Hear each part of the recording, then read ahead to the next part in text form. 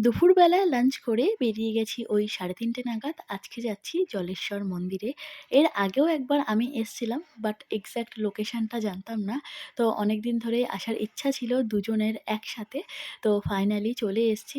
আসার পরে না এই কিউট বাচ্চাটা আমাদের পিছনেই ছাড়ছিল না, আর আমার প্রচণ্ড পরিমাণে ভয় লাগে।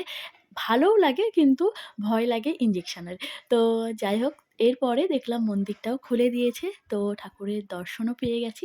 এরপরে ঘাটেই কিছুটা আমরা সময় কাটাই। তারপরে খেয়েছিলাম ফুচকা। ফুচকাটা কিন্তু স্পেশালি নিরামিষ। আর সামনে যে আমবাগানটা দেখছেন, এখানে কিন্তু সবাই এই সিজনে পিকনিক করে। আমিও একবার পিকনিক করেছিলাম। তখন আমি রোশনিদের সাথে এসছিলাম। তারপরে চলে এসেছি বনগাঁতে। যেহেতু শীত তো পড়েই গেছে, তো ওর জন্যে একটা জ্যাকেট নেওয়ার ছিল। আর এই ব্লেজারটা পরে কিন্তু ওকে বেশ হ্যান্ডসাম লাগছে।